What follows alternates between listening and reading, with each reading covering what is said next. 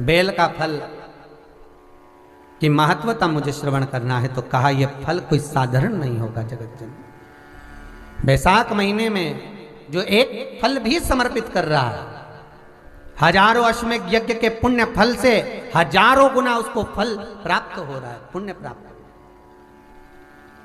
और सुनो,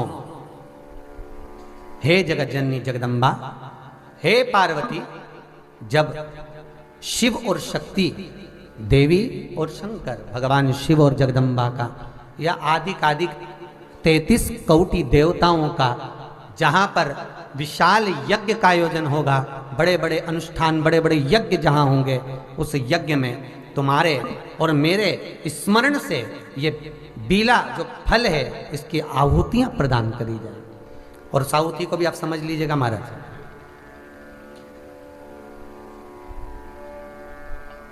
एक वो भी आप समझ लें कि जैसे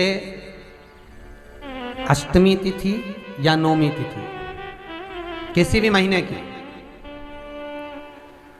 चाहे शुक्ल पक्ष की हो चाहे कृष्ण पक्ष की हो, अष्टमी और नौमी तिथि, ये दो तिथियां ऐसी हैं, मान लो तुम्हारा पैसा तुमने किसी को दिया, 5 लाख, 4 लाख, 3 लाख, 10 लाख, 8 लाख, 2 लाख, 50,000, 25,000, 20,000, 40,000, और वो पैसा नहीं दे रहा आपको, आप हार गए कह के कर, फोन लगा लगा कर, भैया दे दे रहे, परेशानी है, दे दे रहे भैया, हम तो परेशान हो गए, और हार गए, नहीं मिल रहा, बहुत परेशान।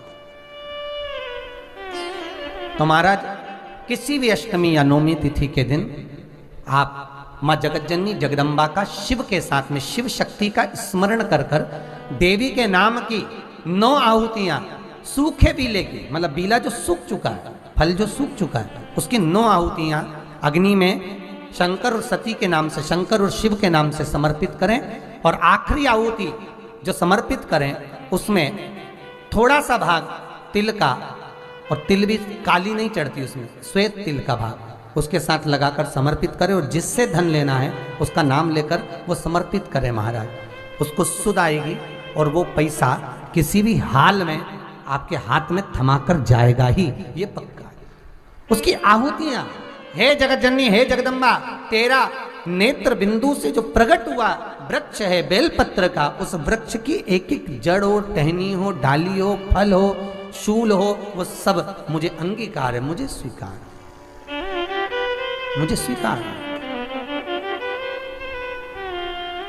उसका आनंद सुख देने वाला है जगदम्बा मां पार्वती शिव जी के साथ में आनंद में विराजमान।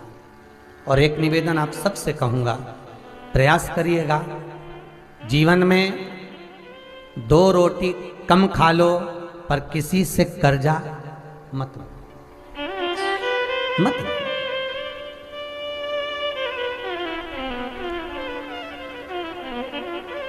क्यों ले?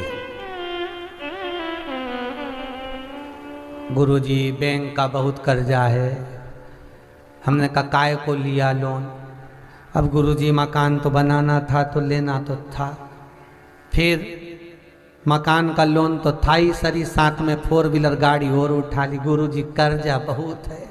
हमने कहा अब काय का हो गया, 4 व्हीलर ले लिए, उसका भी लोन है। फिर गुरुजी कर्जा बहुत है, अब काय में हो गया, गुरुजी वो फैक्ट्री डाली थी जीनी थोड़ा सा तेल की और इसका कर्जा हो गया, तो वो भी लोन।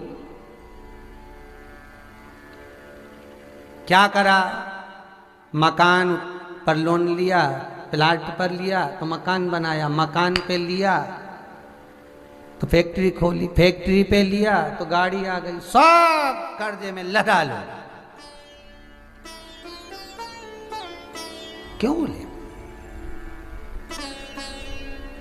और हो गया, उसके बाद में चिंता नहीं करना, हो गया ना, ठीक है। जयपुर के अग्रवाल जी, उनकी आप बीती यहीं पर माइक पे सुनवाएंगे हम। वो कहते हैं गुरुजी पूर्ण तरह से बर्बाद हो गया लॉकडाउन में, 1 रुपया नहीं बचा, और जा रहे थे सुसाइड करने, कहीं मोबाइल पर किसी मित्र ने कथा सुना दी और बस रुक गए कि अब नहीं मरना, महाराज कह दिया है कि भटको गए, अब नहीं मरना। और कथा भी वही मिली, भटकने वाली, मर तो जाओगे बेटा, गति बिगड़ जाएगा। मरना सरल है बहुत, और तरना भी तो देखो हैं? ट्रेन के लोकल डब्बे में चढ़ जाओ, जगह है नहीं, हमारे को तो सब मिली नहीं। हमने तो फर्स्ट एसी का टिकट कराया, उसमें भी नहीं मिली। सेकंड एसी का वो भी नहीं मिली। थर्ड एसी का कराया, वो भी नहीं मिली। फिर रिजर्वेशन कराया स्लीपर का, वो भी नहीं मिला। तो जाना तो था, चढ़ गए लोकल में और दादा बाथरूम में लटके। और आखिरी में मंजिल तक भी नहीं पहुंचे कि मैं तो अगला स्टेशन पर उतर जाऊं, मेरे काका से नहीं बने। दादा लटका लटका मारा तो पाँव हाथ टूट गया और अगला स्टेशन पर उतरी। तो ऐसा काम काय को कर, जब ऊपर बैकुंठ और नरक के सारी सीटें फुल, तो तुम्हें तो लोकल में लटकना ही पड़ेगा। फिर ऊपर तुम्हें कहाँ रिजर्वेशन मिल रही है कि तुम्हें बैकुंठ ले जाए कि नरक ले जाए? लटके रहो, अब नीचे ही लटको, कौन ले जाए?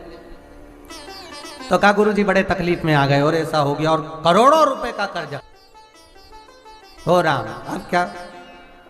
तो हमने कहा बताओ इतना कर्जा होने के बाद तुम यहाँ काय को आ गए ऋषि? और तो कि बस तुमने टीवी में देखा था कि लटक जाओगे, इसलिए हमने यही लटके। आ तो गए, यही आपस में मिले हो। हमने कहा तुम बाहर बैठो, जयपुर से आयो। गुरुजी बहुत, हमने कहा क्या विचार है? बस व्यापार अच्छा चल जाएगा, नहीं तो सब बिकने की कतार है। कुछ बचा है एक आध चीज? बच्चा तो क्या है, फैक्ट्रियां सब बंद पड़ी हैं, कोई काम है कुछ नहीं। फिर भी आशा लगा कर जाओ, बाबा पर विश्वास कर कर जाओ। बाबा 2-1 महीने में दे दे तो शिव महापुराण जरूर कराओ। लॉकडाउन के टाइम पर आए, बाबा से विनती कर कर निवेदन कर कर, कहीं बाबा ने सुन ली। कुबेर भंडारी है वो, तो भले अभी नहीं बैठा पर जमीन तो उसी की है, उसी की प्रॉपर्टी पे तो अपन बैठे। सही है गलत है? अब किसी के प्लाट पे चले जाओ, भले तुम उसके प्लाट पे वो गोबर का कंडा थाप दो, पर भले थाप दो पर प्रॉपर्टी तो दूसरे की है। भले तुम कंडा तुम्हारा पर प्रॉपर्टी तो उसी की है। आने वाला तो व्यक्ति कहेगा भाई हमारे प्लाट पे थापा है, 2 कंडा हमारा भी, प्रॉपर्टी तो उसी की। आप लोगों ने जो 1-1 रुपया लगाया, जो भाव से समर्पित करा या यहाँ आकर बैठे, तो उसकी रज अपने शरीर पर तो लगी, तो वो खाली तो नहीं छोड़ेगा, ये पक्का। जैसे पोटा गिरता है तो धूल लेके उठता, ऐसे गए। और उसके बाद में इनकी जब सूचना आई, गुरुजी तैयारी करो, शिव महापुराण, बाबा कृपा कर। सबसे बड़ी बात तो यह है कि यहाँ आए हो तो बस पाओ, भोजन करो, भजन करो, स्मरण करो, कीर्तन करो। यहाँ कोई पैसा दिला तो लगना नहीं तुम्हारे को, रुकने का ना खाए का ना खाए का, बस आनंद करो, जाओ। फिर